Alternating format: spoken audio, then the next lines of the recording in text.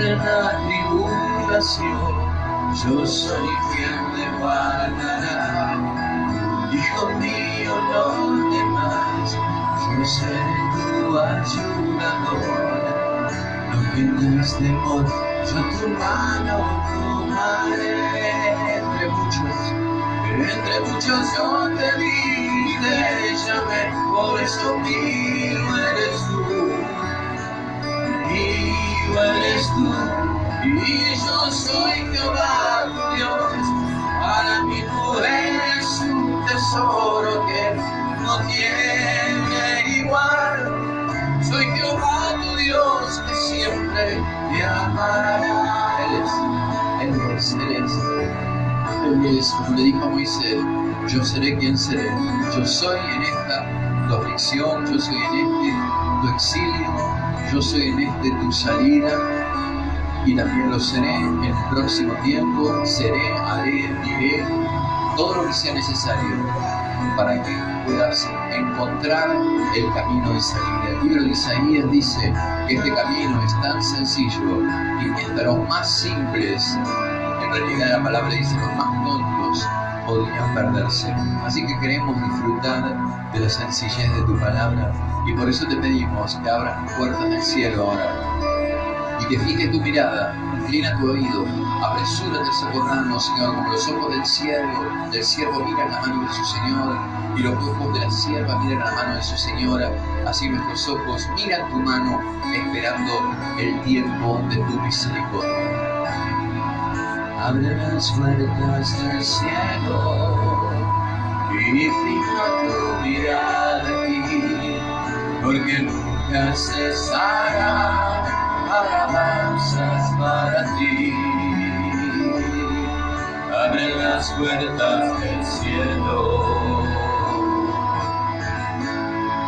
ven aquí con tu presencia, solo en ti esperaré. Haz que la fragancia de mi oración llegue a ti. Ven aquí con tu presencia hoy. Dios, ven a este lugar y toma tu trono. Recibe la alabanza que te entrego desde aquí. Tu nombre, mi Señor, solo tu hermoso nombre, solo tu hermoso nombre se encuentra hoy aquí. Dios, ven a este lugar y toma tu trono. Recibe la alabanza que te entrego desde aquí. Tu nombre, mi Señor, solo tu hermoso nombre, solo tu hermoso nombre se encuentra hoy aquí. Tu nombre, mi Señor, solo tu hermoso nombre, solo tu hermoso nombre se encuentra hoy aquí. Tu nombre, mi Señor, solo tu hermoso nombre, solo tu hermoso nombre se encuentra hoy aquí.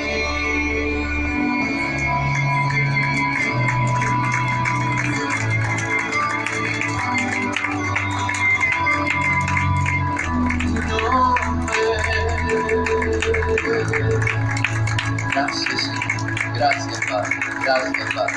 Gracias por enviar tu Espíritu, Señor, sobre tu familia. Vamos a tomar asiento. Bienvenidos a todos. Buenas tardes. Bienvenidos a la casa del Señor. Bienvenida, Elsa. Después de un año, hermana, qué tremendo. Un año debe estar disfrutando el culto de la hermana como ninguno de todos nosotros. Así que bueno, hoy vamos a compartir la palabra del Eterno. Quiero dar un par de noticias antes. Primero, durante estos 21 días ya saben que vamos a tener un ayuno parcial. Es un ayuno que se llama el ayuno de Daniel. 7 personas creo que lo van a hacer en la iglesia. Usted se puede sumar. Es un ayuno que hacemos durante 21 días. Es una mezcla de 2 ayunos en realidad. Daniel capítulo 1 habla de una clase de ayuno que es el que vamos a hacer. que es con verduras, vegetales, frutas, arroz. Se puede preparar todo lo que esté dentro de esa gama de cosas. No se puede comer carne, no vamos a consumir pollo ni pescado. Lo que vamos a bajar al máximo son las cosas deliciosas, digamos, aquello que detrás de lo cual se va nuestra carne, que son obviamente las facturas. Las facturas, todas las cosas que hace Eve, no las va a poder vender en la iglesia. Las va a tener que preparar Andrea esta semana, pero no las va a poder comer. Tres semanas preparando y sin comer las facturas de Andrea. Qué prueba para Andrea.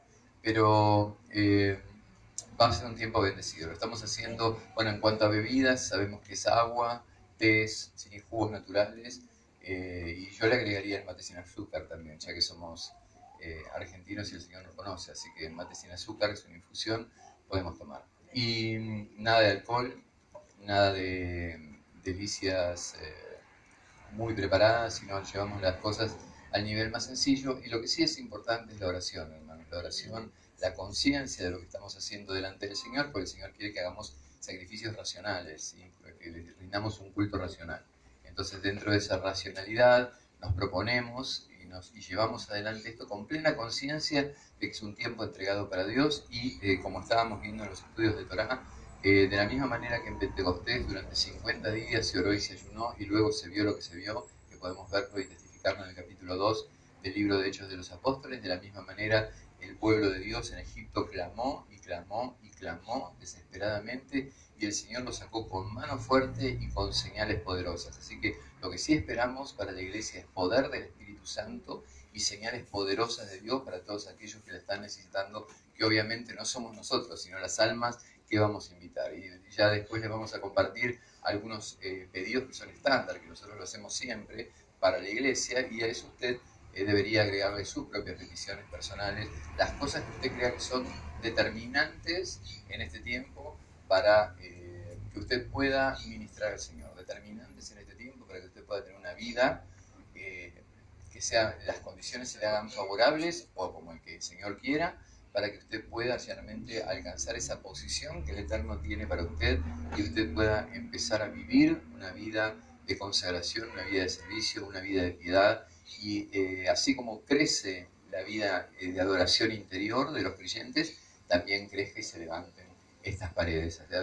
Así que a preparar las cucharas, hermano, a preparar las manos encallecidas, pues se van a encallecer más, Maxi, Nazareno, Giovanni también, que se ha ofrecido, porque vamos a empezar a levantar pared. Mire que se viene el frío, y ya, acá afuera no. Entonces el pastor va a tener que hacer en 4 veces, 4 cultos a la semana, sábado a la mañana, sábado a la tarde, domingo a la mañana, domingo a la tarde. No, sí, voy a quedar más flaco de lo que estoy. Vamos a compartir la palabra en Juan capítulo 13. Las palabras que vamos a compartir son parte de un mensaje que compartió el Señor en su última noche, antes de la cruz. Usted sabe que uno antes de partir es cuando dice las cosas más profundas. Yo me acuerdo las instrucciones de mi papá hace 2 años antes de partir eran muy específicas, con pelos y señales respecto de cómo yo debería avanzar, tanto con la iglesia como en mi vida personal. Yo la escuché obviamente, algunas las pude implementar, otras todavía están por implementarse, pero seguramente el Señor está viendo el consejo de un hombre sabio, ¿sí? Y uno siempre deja para lo último lo más importante, porque está esperando la atención, se agudiza, la atención se profundiza cuando uno está al borde de un suceso inminente. Así que vamos a compartir estas palabras que están en Juan capítulo 13, versículo 7. No, está grabando Karina en su blog, después lo va a pasar. En Juan capítulo 13 vamos a ir al versículo 4 y vamos a leer desde ahí, ¿sí? Estas palabras son: la noche antes de la cruz, el Señor está reunido con los discípulos en esa cena y Él hace algo que a nosotros nos debería hablar hoy en día, y es un acto, es una palabra que está en un versículo que generalmente pasamos por alto, pero es muy profunda y está llena de significado para nosotros que queremos caminar hasta que Él vuelva de la forma que Él nos pidió que caminemos. Así que Juan capítulo 13, versículo 4, el escritor reseña: se levantó de la cena y se quitó su manto y tomando una toalla se la ciñó. Luego puso agua en un lebrillo y comenzó a lavar los pies de los discípulos y a enjuagarlos con la toalla con la que estaba ceñido. Entonces vino a Simón Pedro y Pedro le dijo, Señor, ¿tú me lavas los pies? Respondió Yayo y le dijo, lo que yo hago, tú no lo comprendes ahora, mas lo entenderás después. Padre, en el nombre de nuestro amado Señor, pedimos, Señor, que toda palabra que se hable en este púlpito venga directamente de ti, venga de tu corazón. Sabemos por el libro de Corintios que es el Espíritu el que conoce las cosas que están en tu corazón y puede comunicárnoslas a nosotros que tenemos la mente de Cristo. Señor, te pido que exaltes ahora en cada uno de los que están escuchando esa mente prometida, esa mente que está en nosotros, pero que tenemos que situarnos en tus promesas para activar esto por fe en el nombre de nuestro Señor. Amén. Muy bien. Y que podamos compartir este momento con algo que el Señor me habló, que es muy puntual, muy sencillo, muy específico, pero creo que es una de las tantas cosas que se nos pasan por alto y que después no nos explicamos nosotros por qué pasa tanto tiempo y no pasa nada en nuestra vida espiritual. Hay cosas que se hacen muy evidentes. Hay pecado que es muy grosero y sabemos que tenemos que hacerlo a un lado para poder caminar, pero hay cosas que son tan sutiles que tienen que ver con el contenido profundo de la revelación de la palabra, que a veces sin saber nosotros seguimos caminando de esta manera y no podemos alcanzar a captar y a tener todo lo que podemos tener de parte del Señor, porque el Señor tiene mucho para darnos. Amén. ¿Cuántos saben eso? Amén. Entonces, para nosotros esto es una realidad profunda, este último versículo donde el Señor le dice, lo que yo hago, tú no lo comprendes ahora, mas lo entenderás después. Es casi una constante, es una experiencia constante y es una experiencia continua en nuestra vida de fe, que lo que Él hace nosotros no lo podemos entender en el momento. Es constante y es continuo o casi continuo. Y entonces vamos a centrar la predicación de hoy justamente en esto, en lo que Dios hace o no hace y por qué, ¿sí? ¿Y por qué no lo podemos entender? ¿Por qué no podemos entender lo que Dios hace o no hace? ¿Y a causa de qué es que no lo podemos entender? ¿Qué es lo que vela nuestro entendimiento? Es bueno entender las implicaciones profundas que tiene esto al llegar la hora en que nosotros nos preguntamos por qué hay ciertas cosas que no avanzan, por qué está estancada nuestra vida espiritual y por sobre todas las cosas, por qué el buen pastor, así como es definido el Señor en Salmos capítulo 23, nos lleva a veces por caminos que son tan profundos, tan dolorosos, e incluso, como dice el mismo Salmo 23, estar pasando por el valle de la sombra de la muerte. ¿Por qué? A veces no podemos entender en el momento el por qué. No es a veces, casi siempre, hermano.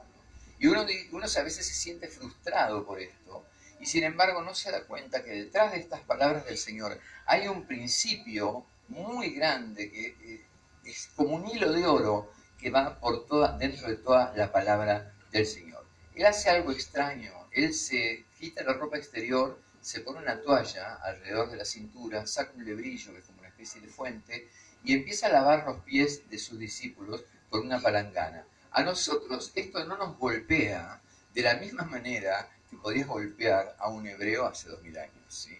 Porque el trabajo de lavar los pies de las personas era un trabajo que era delegado a los esclavos. Imagínense a Pedro, la situación de Pedro cuando lo ve venir al Señor, la persona más honrada de toda la historia, aquel que estaba el pueblo de Israel esperando la promesa, el que iba a tener la vara y el cetro de la tribu de Judá, el que iba a regir a las naciones con vara de hierro, el que iba a traer libertad y restitución del tabernáculo de David, y que nunca faltaría, decía la promesa, alguien que reinase en la casa de David, y él era ese rey eterno. Imagínense lo que puede llegar a sentir Pedro como discípulo, porque toda la vida lo que vio es que cuando alguien que no era esclavo lavaba los pies, se lo encomendaban a los chicos, pero nunca un hombre honorable, nunca una persona de la posición de nuestro Señor. Entonces esto le resultaba a Pedro no solamente extraño, a nosotros nos puede resultar en este tiempo extraño,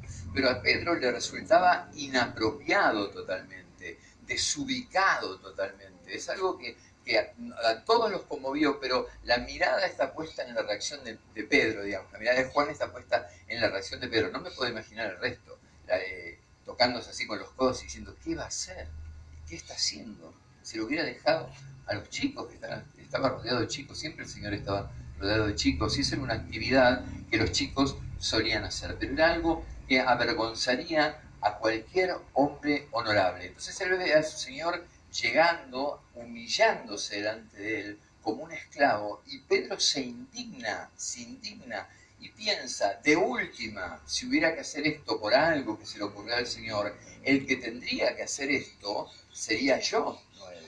Él piensa correctamente, no, Señor, el que tiene que hacer esto se echa para atrás como indignado y como rechazando al Señor, y tiene una expresión bien clara. Pedro le dijo, no me lavarás los pies jamás, no me lavarás los pies jamás, y se echa para atrás.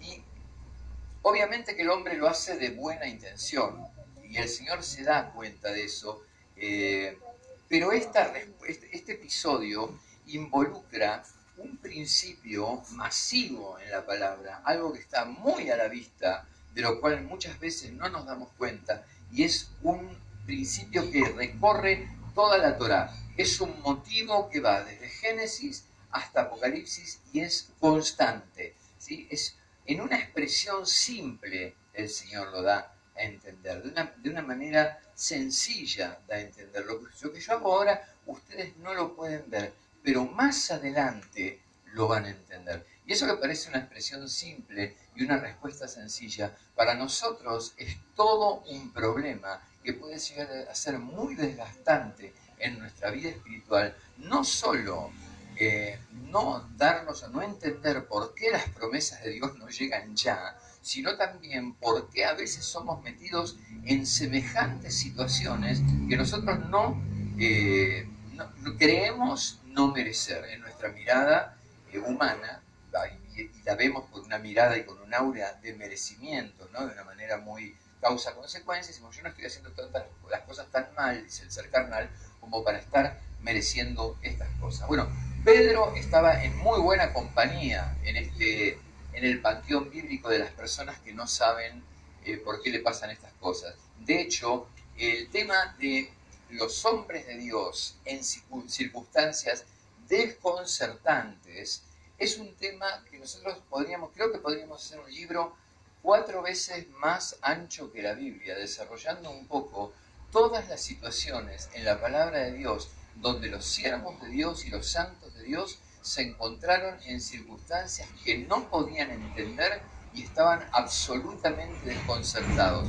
Y esos mismos santos luego obtienen en su tiempo la promesa. Creo que tenemos mucho para aprender de esta palabra. Están obligados, todos ellos están obligados a confiar en un determinado momento. Muchos de ellos con desagrado, muchos de ellos con una cierta anuencia, como diciendo, bueno, es el Señor o sí, viene de parte del Eterno, lo voy a seguir.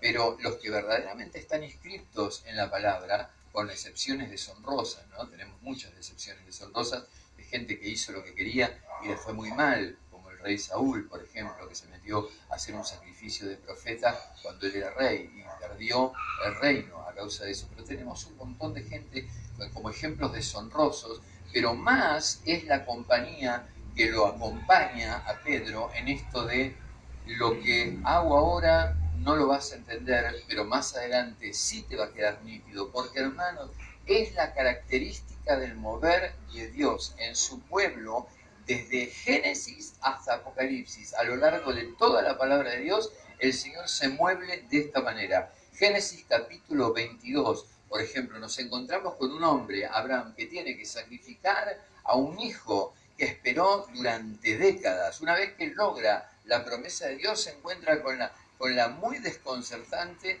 y queda muy perplejo delante de la muy desconcertante demanda del Señor de sacrificar a su hijo, y encima el Señor se lo repite, tu único, tu hijo, tu único, se lo marca bien marcadito.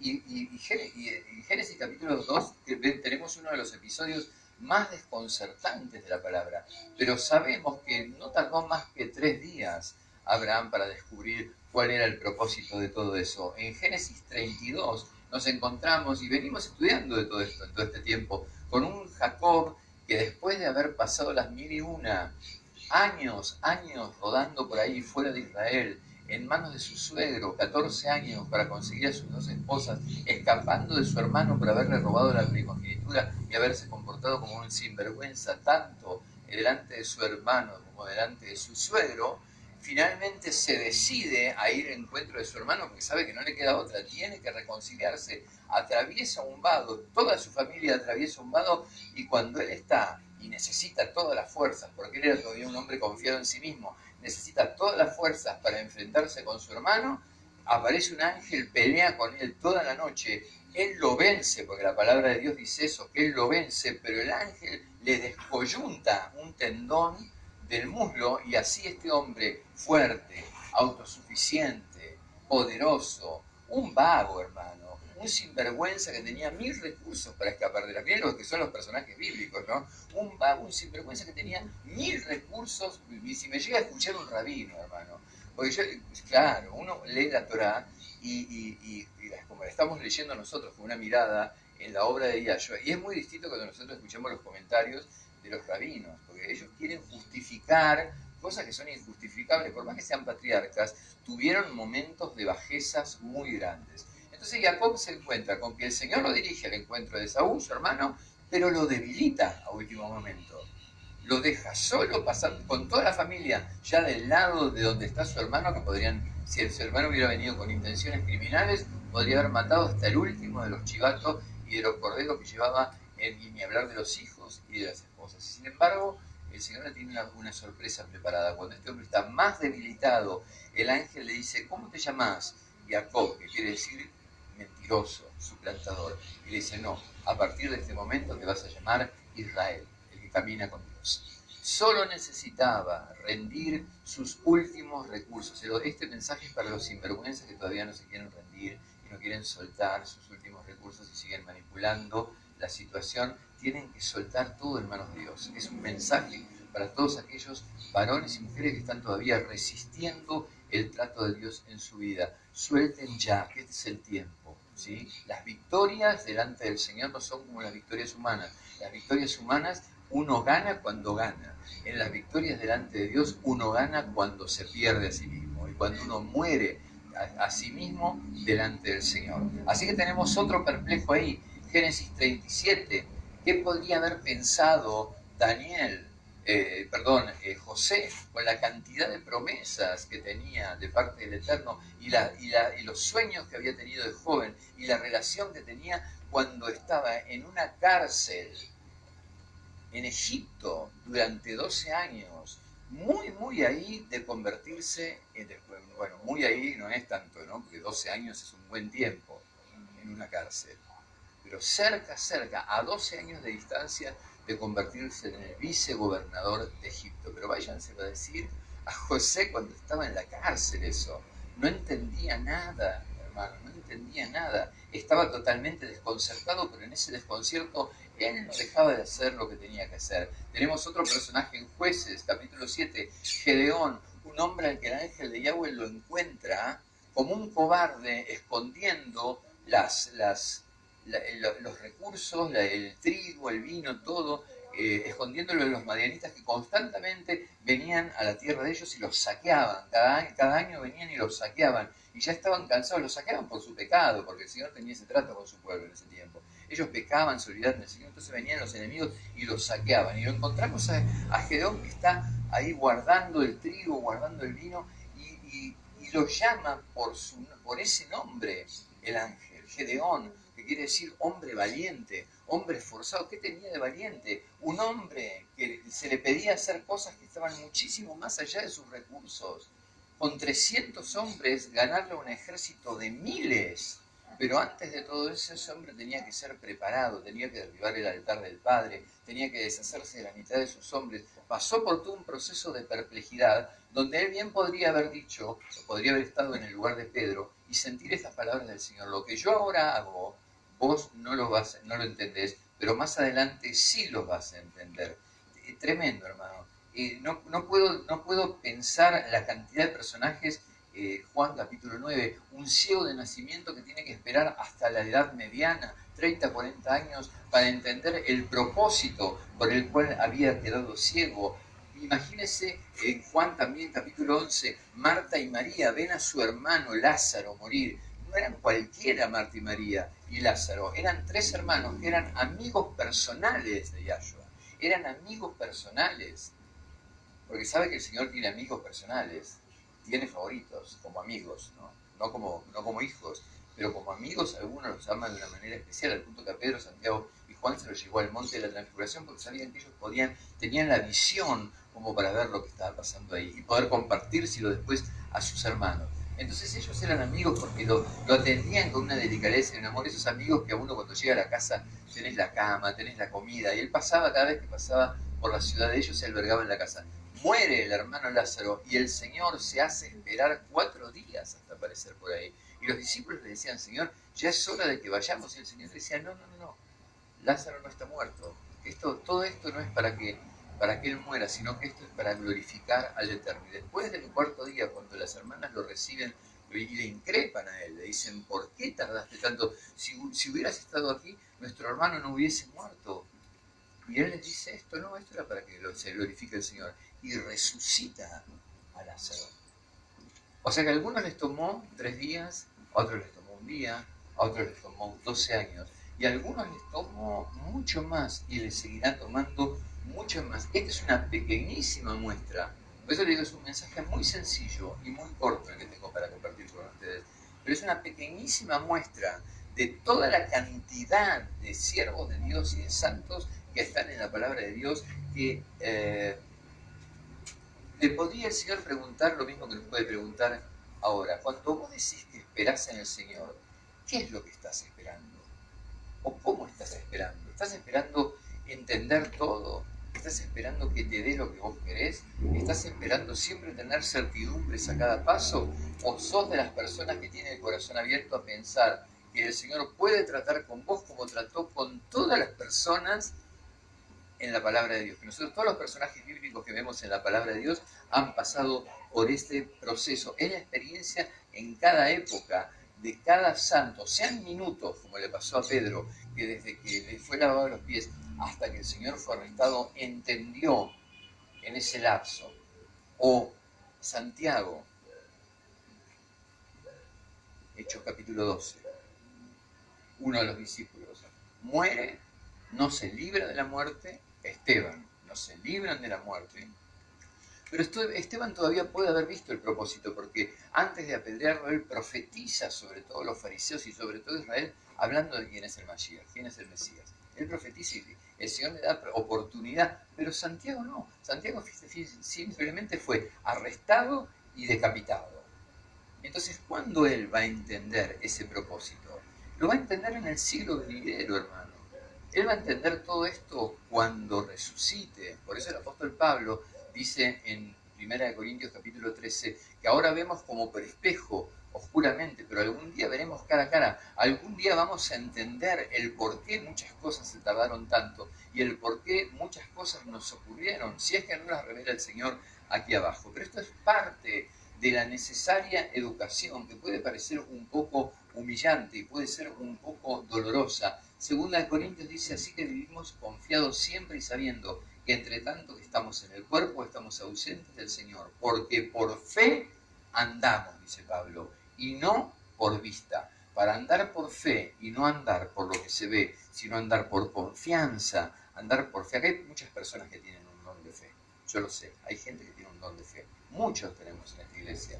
Entonces parece muchas veces mentira, ese don de fe se ve como trabado por ciertas cosas. Entonces el propósito de esta predicación es que el Señor en estos días que tenemos de ayuno vaya ayudándonos a destrabar y a entender cómo es que nosotros trabamos la obra de Dios con ciertos pensamientos que tenemos respecto de cómo tienen que ser las cosas. Estar contento con lo que yo no sé es algo muy difícil. Ya para el ser humano, para el espiritual es difícil y es dificultoso caminar por fe y no por vista. Ni hablar del ser humano natural, hermano. Uno no puede caminar de promesas naturalmente. Es para el hombre natural caminar en lo que no se ve es algo difícil y no era precisamente el fuerte de Pedro. Pedro era un hombre con un carácter explosivo, fuerte, un hombre con un carácter fuerte.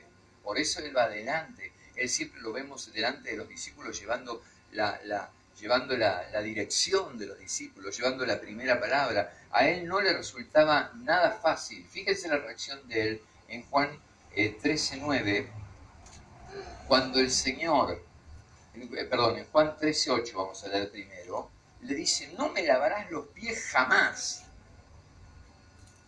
Jamás.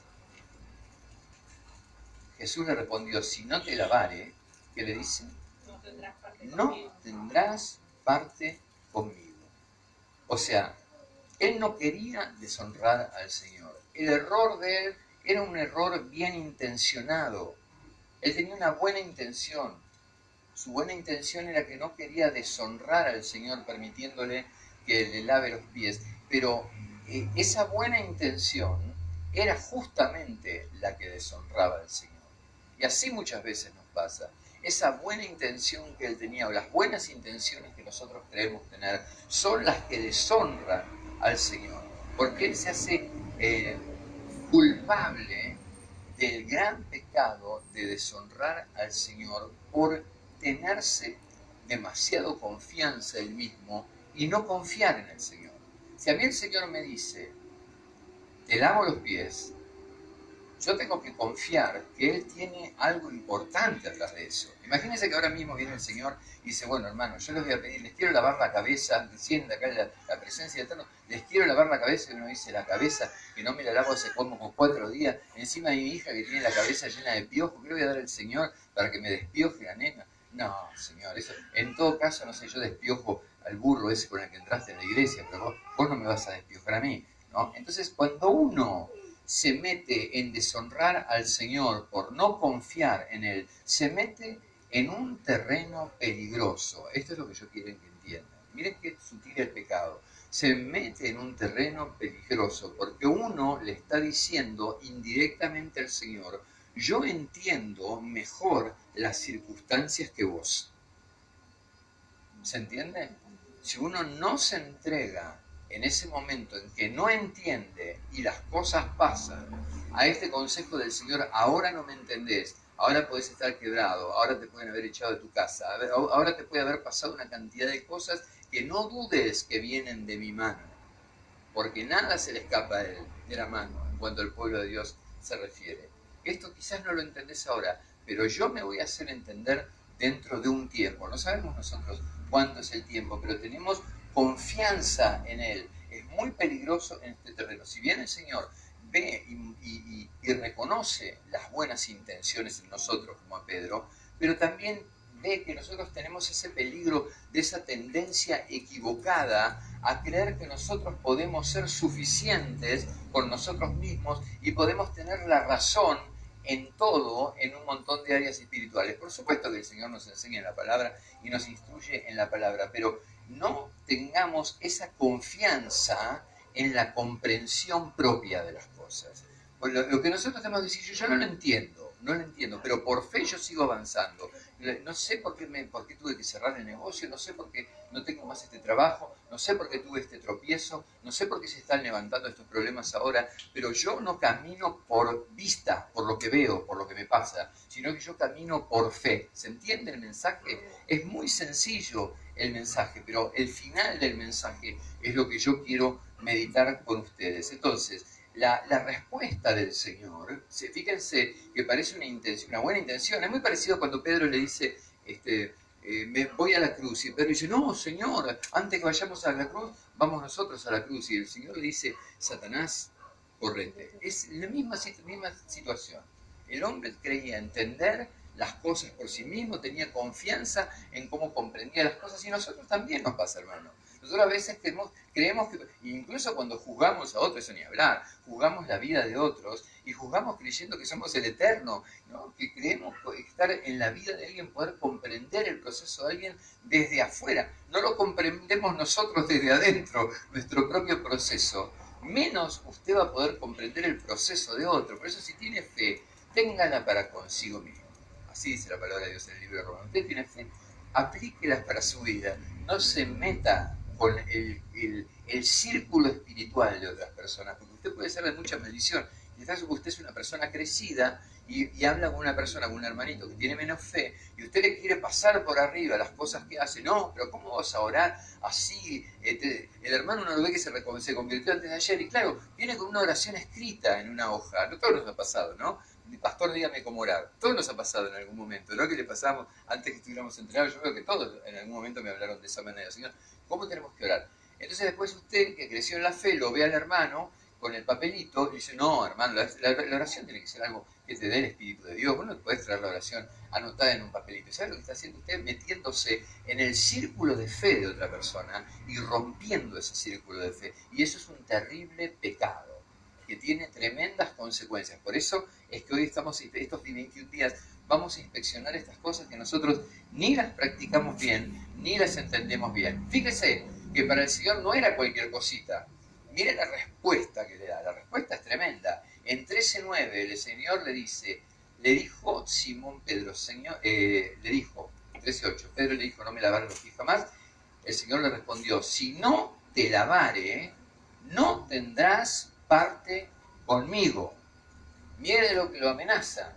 Parecía una buena intención y termina amenazado por el Señor de que si no permite que lo lave, va a ser tremendo, lo va a excluir del reino. Claro, lo trata así porque el tipo tenía un carácter importante, ¿no? Cuando la gente tiene un carácter importante, usted me va a ver que yo también tengo este tipo de respuesta con los creyentes que dicen, el pastor es terrible, mira la forma en que me habló, no puede ser, claro. Entonces, ¿cuál era el punto acá? Pedro, confía en mí. Ese es el mensaje sencillo que yo le quiero traer hoy, pero con un final donde vamos a verlo más profundamente este tema del pecado. O sea, viví tal como sabés, como parte del pueblo de Israel, según el antiguo proverbio, Proverbios 3:5, fíate de Yahweh de todo tu corazón y no te apoyes en tu propia prudencia. Confía, en realidad el Señor está diciendo lo mismo, confía en qué, en mi palabra.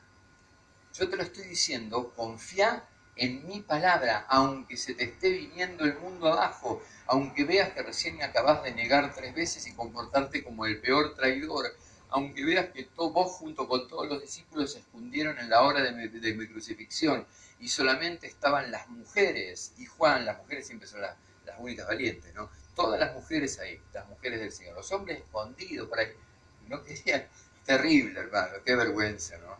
Y el único que estaba ahí era Juan, el hijo amado de él, aquel que dormía sobre su pecho, dice el Evangelio.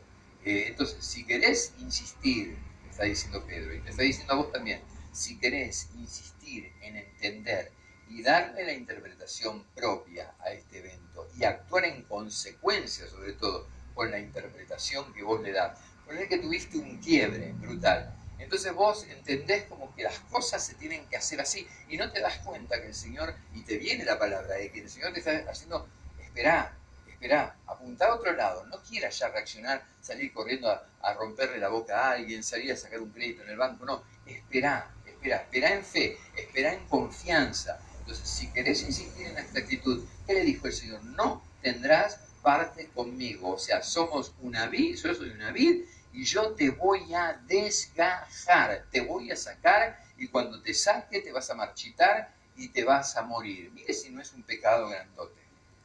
Es grandote, hermano, y lo estamos haciendo todo el tiempo.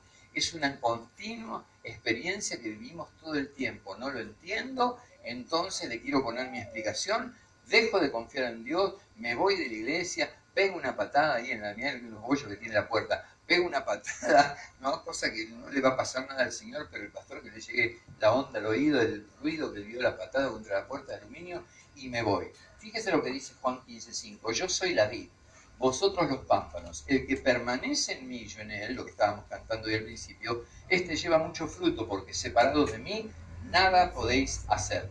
El que en mí no permanece, será echado fuera como pámpano y se secará, y los recogen y los echan en el fuego y arden. Si permanecéis en mí, mis palabras permanecen en vosotros, pedid todo lo que queréis y os será hecho. Mire qué tremenda promesa, pero hay que permanecer en él. Y una manera, es fácil permanecer cuando todo anda bien. El tema es cuando las cosas salen mal, ahí es donde nos cuesta permanecer. cuando no salen de acuerdo a nuestras expectativas, cuando no salen como a nosotros nos pareció que tenían que salir, usted tiene que esperar, esperar por fe, no cuestionar y no ponerle usted su propia sanción, su propio decreto, su propia sentencia al asunto. Mire, esta iba a ser la experiencia menos dolorosa y menos confusa de Pedro.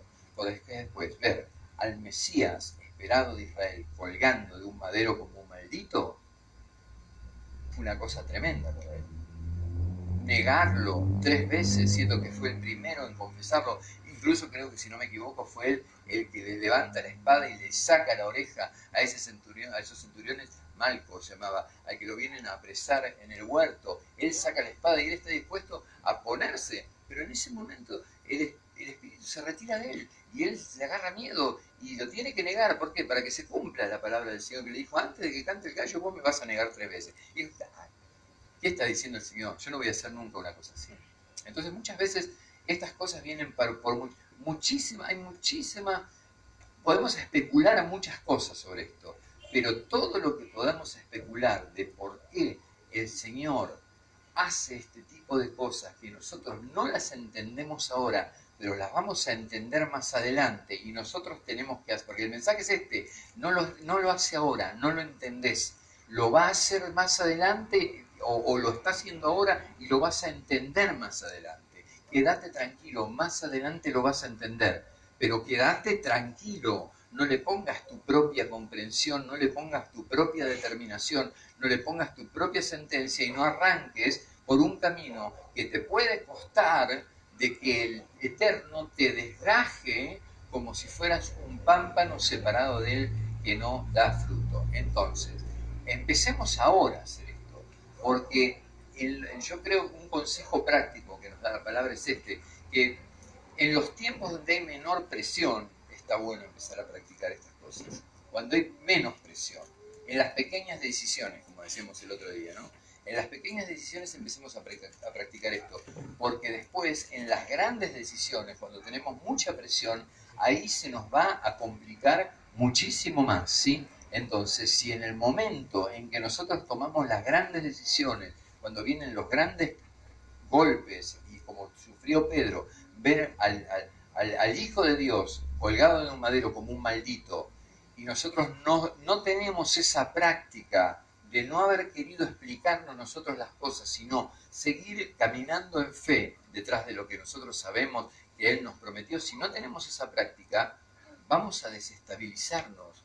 En cambio, si nosotros tenemos la práctica, esa práctica a nosotros en esos momentos de gran sacudón, esa práctica nos va a estabilizar, ¿sí? Esto es actual. En verdad, hermano, nosotros no necesitamos saber qué es lo que está pasando ahí arriba, ni necesitamos saber qué es lo que está haciendo Él. Simplemente necesitamos saber que todo está controlado para Él y que nosotros simplemente tenemos que caminar en fe. A veces es una cuestión de sincronización, a veces no es el tiempo para que nosotros nos respondan, no es el tiempo para que nosotros entendamos una cosa, pero la cosa nos pasa. Pero después tendremos la comprensión, es como un problema de sincronización. Otras veces también es la misericordia de Dios que retiene el revelarnos el motivo de una cosa, porque nosotros en algún momento, cuando no estamos tan crecidos, no lo podríamos soportar, hermano, no lo podríamos soportar, o no lo querríamos para nosotros. Mire si a mí el Señor me hubiese revelado cuando yo tuve esa enfermedad, que estuve como 3 años en cama, silla de ruedas, bastón, que todo eso lo hacía para ponerme detrás de este púlpito hoy, y vaya a saber para qué otras cosas más en el futuro. Yo no lo hubiera aceptado, le hubiera dicho: no, sacame de este problema ahora, yo esto no lo quiero para mí. Seguramente que en ese momento hubiera rechazado todas esas cosas que venían, ¿sí? Entonces, este tema de la confianza es muy, muy, muy importante. La base del tema es que en medio de esa confusión nosotros buscamos el guía equivocado para salir de ahí. El guía equivocado. La guía equivocada es entender. Esa es la guía equivocada. El entendimiento es la guía equivocada. Yo no lo puedo entender. No es el entendimiento lo que me va a sacar. Lo que me va a sacar es la confianza. ¿Amén? La confianza. Son cosas muy, muy distintas. Proverbio 3:6, reconócelo en todos tus caminos y Él enderezará tus veredas. Esa palabra que habla ahí, reconócelo, quiere decir confía, entendé lo que Él que está ahí en ese lugar, confía en Él y Él te va a enderezar todo. Esa actitud del Señor de enderezarnos todo cuando ve que nosotros nos entregamos como ovejas es algo terrible, hermano, porque para Él no hay nada imposible. Él puede hacer lo que quiera. Él es el dueño del oro de la plata. Él me puede prosperar ya mismo. Él puede resolver todos mis problemas ya. Pero nos está preparando en esto. Por eso no lo hace. Porque nos está fortaleciendo y nos está preparando en estas cosas. Pero no use la guía equivocada. No quiera salir de la incomprensión con el entendimiento. Salga con la confianza, ¿sí? Ahora, yo sí quiero, y vamos a terminar así la predica, porque no es un mensaje muy largo. Yo quiero hablar justo lo que el Señor me dio, para que usted se lo lleve en la cabeza y lo aplique. Fíjese esto, este evento, o sea, nosotros tenemos un solo de estos eventos que nos pasan las cosas y no entendemos por qué en la vida. Estamos rodeados de un montón de veces que nos pasan estas cosas. Estamos rodeados, hermano. Yo escuchaba a un hermano el otro día que está viniendo y me dice, mira, empecé a venir a la iglesia, perdí a mi novia, se me rompió el auto, ayer se me rompió el freno, la goma, quizá. Ahora levantó fiebre, quería venir al culto, levantó fiebre. No, está rodeado, hermano. Está rodeado. Tremendo momento de bendición para él. Porque claro, no, pero aparte Dios lo está trabajando para que él deje la confianza propia y deje de querer entender las circunstancias que está viviendo y confíe, salga de todo eso en fe, cerrando los ojos y diciendo, Señor, esto a mí no me resta nada. Yo sigo caminando para adelante porque sé que si me fío de vos, vos vas a enderezar todas mis veredas. Mire, cuando el Señor ve un corazón que reacciona de esa manera, yo tengo 1000 testimonios, hermano. En el momento que yo dije eso, el Señor cambió todo. Pero en el momento, me acuerdo la última vez que me robaron el celular, me robaron un celular, creo que la última vez, la única vez. Me robaron ese celular en la calle y fueron 2 pasos que el Espíritu de Dios me habló y me dijo, no quieras entender, glorificar a Dios como Job, Señor, vos me lo diste, vos me lo quitaste, bendito sea tu nombre. ¿Qué pasó? El Señor abiertamente guardé 8.000 pesos en mi cajón y al otro día cuando me levanté tenía 16.000, tenía el doble, porque a Él no le importa nada, eso es un detalle para Él. Él lo que quiere es desarrollar esa actitud, de que cuando llega el momento, bendito el nombre del Señor, Él me lo dio, Él me lo quitó y es por alguna razón, pero que surja del corazón, ¿sí? Que surja del corazón. Y si nosotros confiamos, sí, vamos a entender en el momento indicado, y el momento indicado lo tiene Él. Pero ¿qué le estaba diciendo para terminar? A nosotros nos ocurren una multitud de eventos de este tipo. No es que nos pase una sola vez, nos pasan un montón de cosas y capaz que nosotros vencemos en algunos, pero en otros no vencemos. Es menos obvio para nosotros cómo tenemos que reaccionar en ese caso. Entonces, si el Señor quiere que yo deje la autoconfianza de lado, me va a bombardear con estos eventos. Y todos creo que pasamos por épocas donde pasábamos de todo, hermano. Saltábamos una cerca, nos cortábamos la pierna. Salíamos corriendo a la casa de una persona para auxiliarnos y nos decía, no te conozco, quédate fuera. Tengo mejor gente dentro. O sea, nos pasó de todo en este sentido. Pasamos una al lado de la otra, una atrás de la otra. Entonces, Él quiere crear un corazón estable, que no se agite por todo delante de estas dificultades. Usted no puede tener una vida espiritual de crecimiento si ante el no de Dios o ante los obstáculos o ante los desastres su corazón se desestabiliza. Él lo que quiere crear es un corazón estable, o sea, una constancia en ser permanentes. Lo que decía el Señor, permaneced en mí. Claro, tenés 10 cosas que te bombardean en un mismo día, y claro, permaneciste en 4 y en las otras 6 te desenfocaste y ya tu palabra misma te vende, y la expresión y la cara y la reacción ya te vende. Entonces, ¿por qué es necesario permanecer? Porque ahora va a ver por qué hay un versículo clave en esto que yo quiero analizar antes de terminar.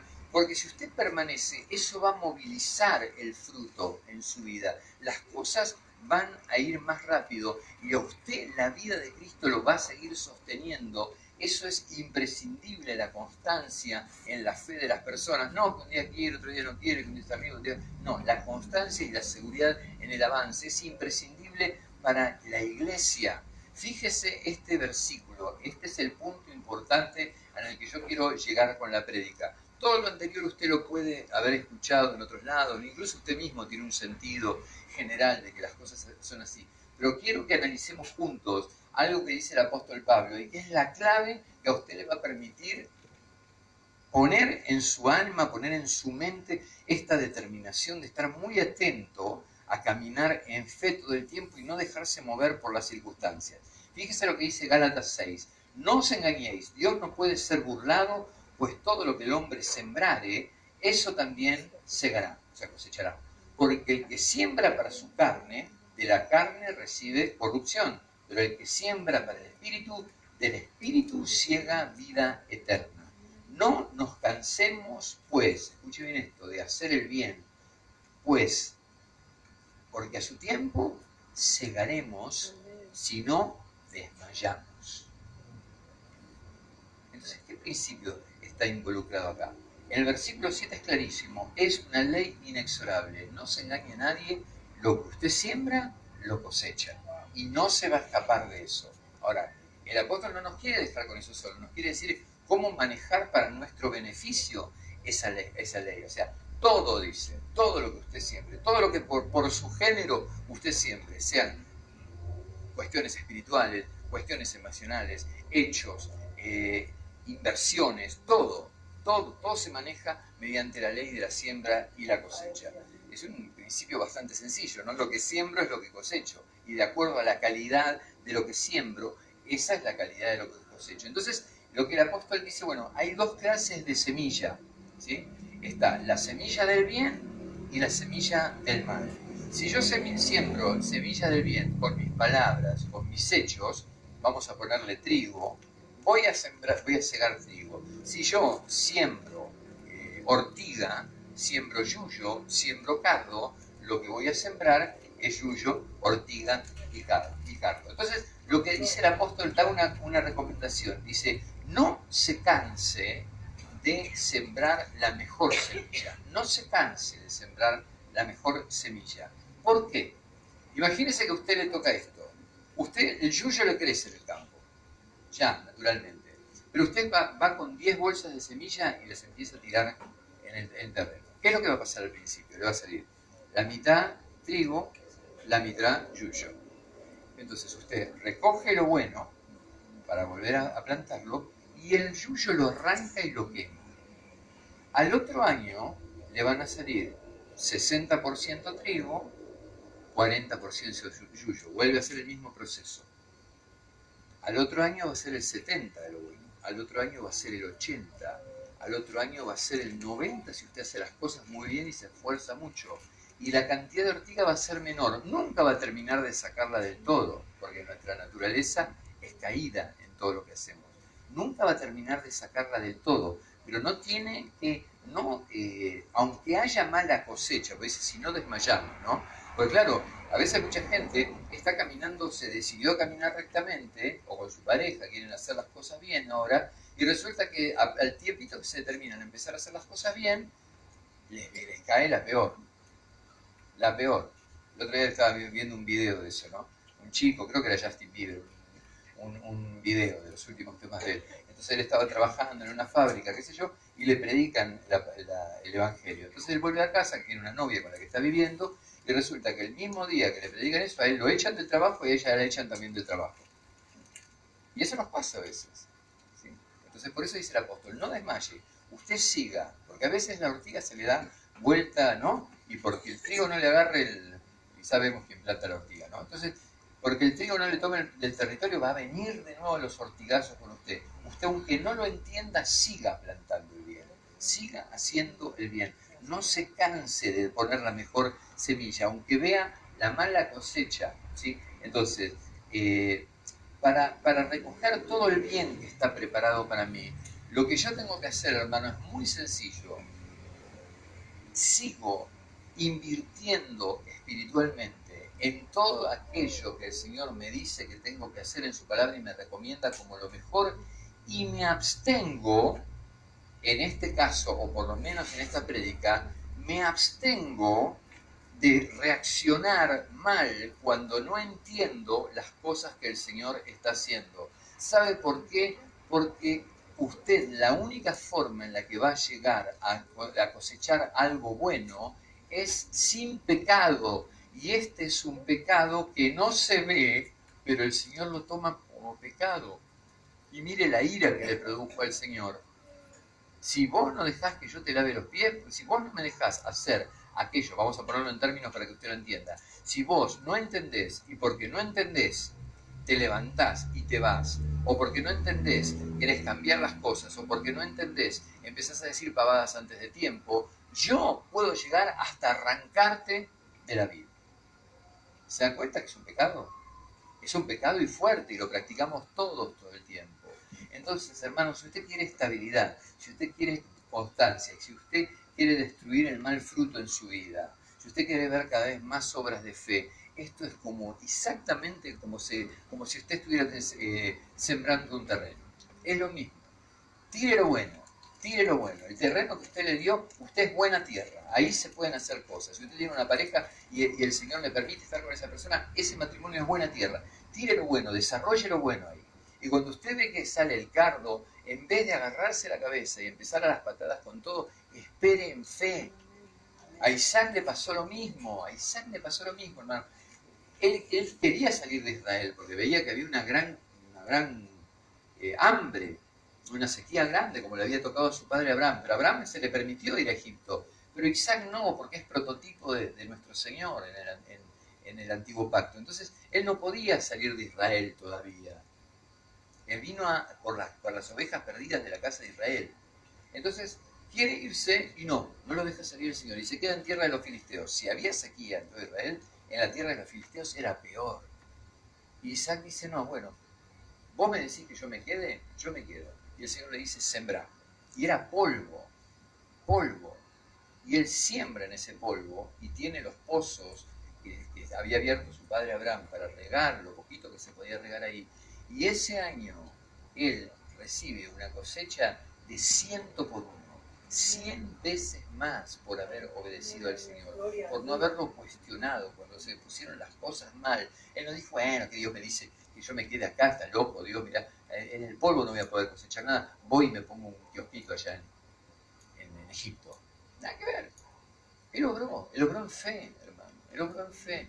Entonces, sea en su vida, sea en la vida de otros, tenga esta constancia y tenga esta perseverancia en el trabajo a pesar de los inconvenientes, porque si usted siembra mal, si usted sigue sembrando mal, esto no se termina más.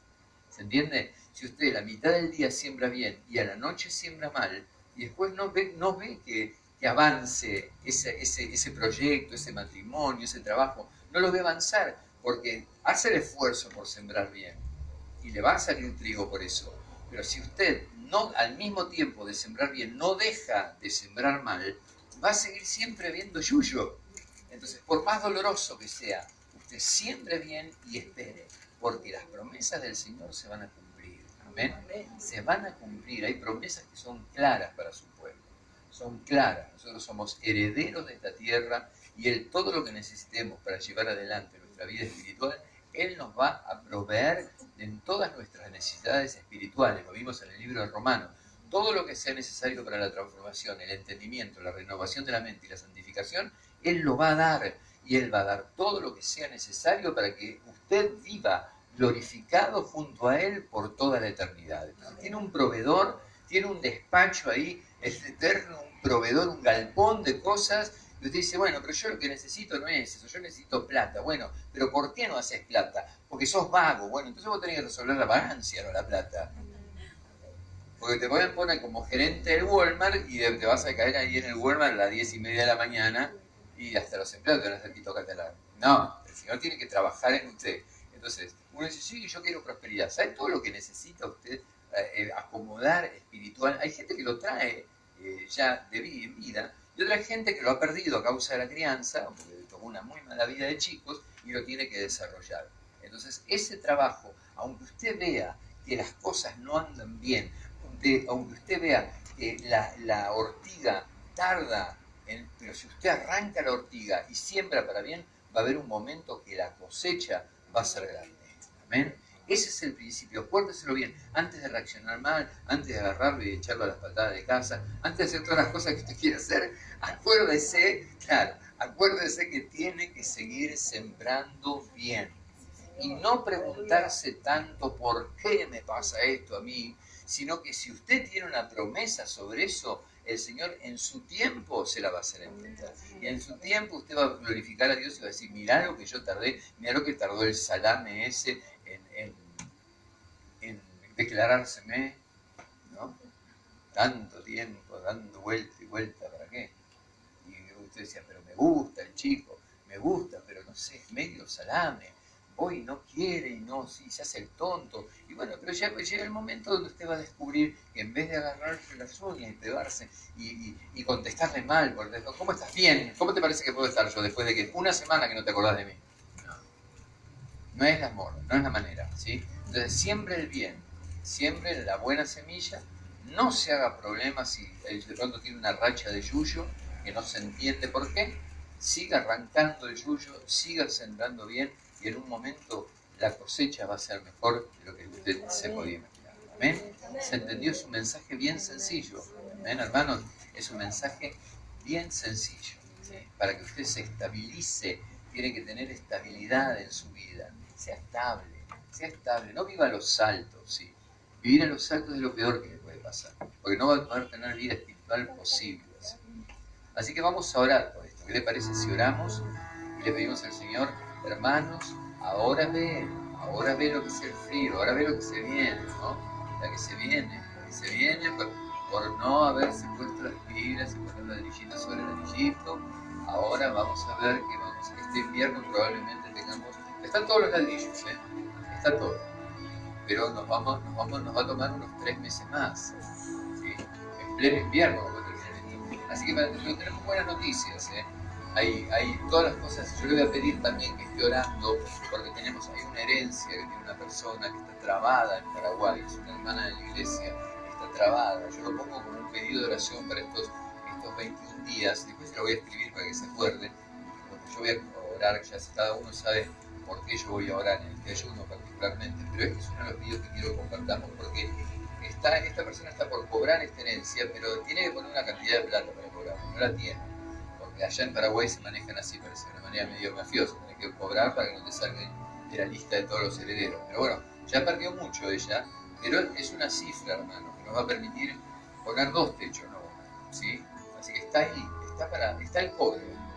Solamente tiene que resolverse este tema, que quizás una de las personas de allá le puede poner este dinero, y ella, entonces vamos a orar por esto, porque es la promesa de Dios. Ya tenemos, mire, la iglesia se levantó gracias a que la hermana esa, que espero que sigan trayéndome, aunque sea 100 pesos cada uno por mes, para colaborar, para devolverle el crédito a la hermana. Ya están descontando 2.000 pesos de la jubilación durante, ¿cuánto? 2 años más, hermana.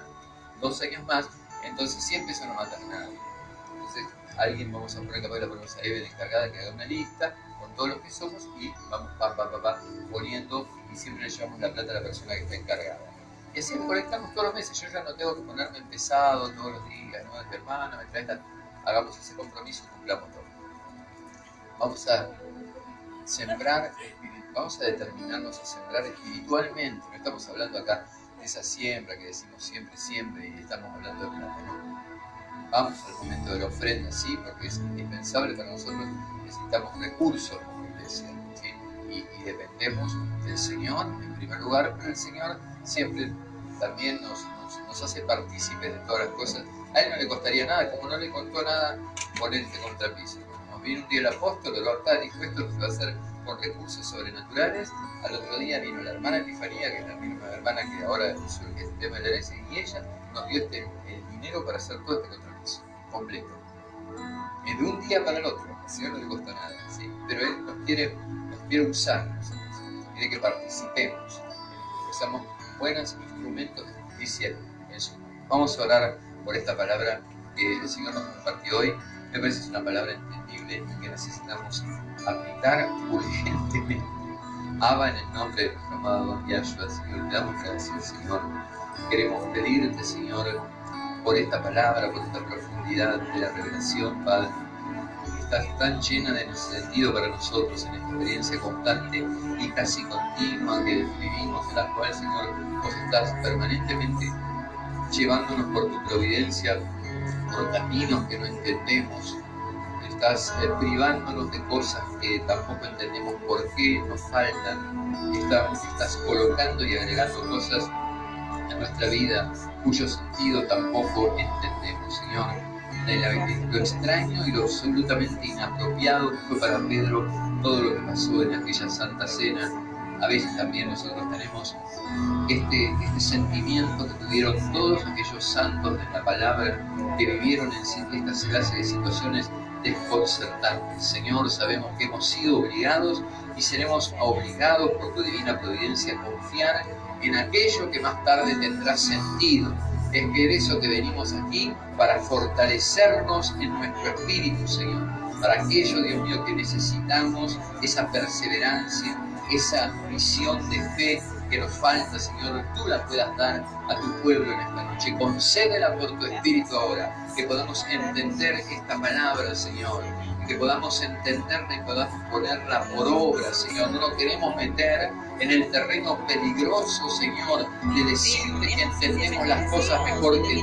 Señor, sabemos que vos entendés las buenas intenciones de nuestro corazón, pero esta tendencia equivocada a la autosuficiencia y a la comprensión de las cosas bajo los parámetros de la carne, Señor, encontramos que no te es agradable para nada. Cuando tú le dijiste a Pedro que si él se desgaja, si él hace como el pámpano, que no quiere depender más de vos, que no confía más en tu palabra, él sería capaz de arrancarnos y quemarnos, y allí sería el llanto y el crujir de dientes. Gracias por esta lección, Señor. En verdad no necesitamos saber el porqué de las cosas para seguirte. Aumenta nuestra fe, de la manera que el mismo Pedro lo dijo. Te lo pedimos en esta noche. Aumenta nuestra fe, Señor, para que todos podamos entender cuando llegue también el momento, la sincronía, el momento en que vos ya no retengas más aquello que tenías para darnos, podamos glorificarte y la sabiduría suficiente para comprender tus caminos y exaltarte por las grandes cosas que has hecho venga sobre nuestra vida. Te damos gracias, Señor. Envía a estos tus hijos como sembradores de cosas buenas, Señor, sembradores del bien, sembradores de todo lo que produce trigo, honra, gloria, eternidad, como dice Pablo en el libro de Romanos. Señor, impulsa, Dios mío, el reino de ellos, en ellos. Moviliza, Dios mío, el fruto en sus vidas. Sostén, Padre, sus vidas en el poder del Espíritu de Dios. Señor, es muy importante este punto, Señor. La ley inexorable de la siembra y de la cosecha se va a cumplir, pero no nos cansemos, aunque haya mala cosecha, no nos cansemos de sembrar la mejor semilla, Señor. Para todo el bien que está preparado para nosotros, necesitamos constancia, necesitamos perseverancia en sembrar lo bueno y perseverancia en arrancar y destruir la mala semilla, el mal yuyo y el mal fruto, Señor. Gracias. Nos comprometemos, Padre, en aquello en lo cual nos podemos comprometer, en esta certeza, en este momento, a tomar esta palabra por fe, papá. Y pedimos, Dios mío, que este trabajo que sabemos va a estar lleno de inconvenientes, Dios mío, sea iluminado por esta palabra que compartimos en este día. Bendecimos la vida de nuestros hermanos, Señor. Los enviamos, Dios mío, de regreso a sus hogares bajo la protección del Eterno, por el cual clamamos, Dios mío, mires con ojo de agrado, Dios mío, el sacrificio que han hecho en venir hasta tu casa, Dios mío, y el deseo que los motivó de levantar sacrificios espirituales de alabanza en este lugar. Te damos la gloria, Señor, en el nombre de nuestro amado Señor Yahshua. Amén. Gracias. Gloria a Dios.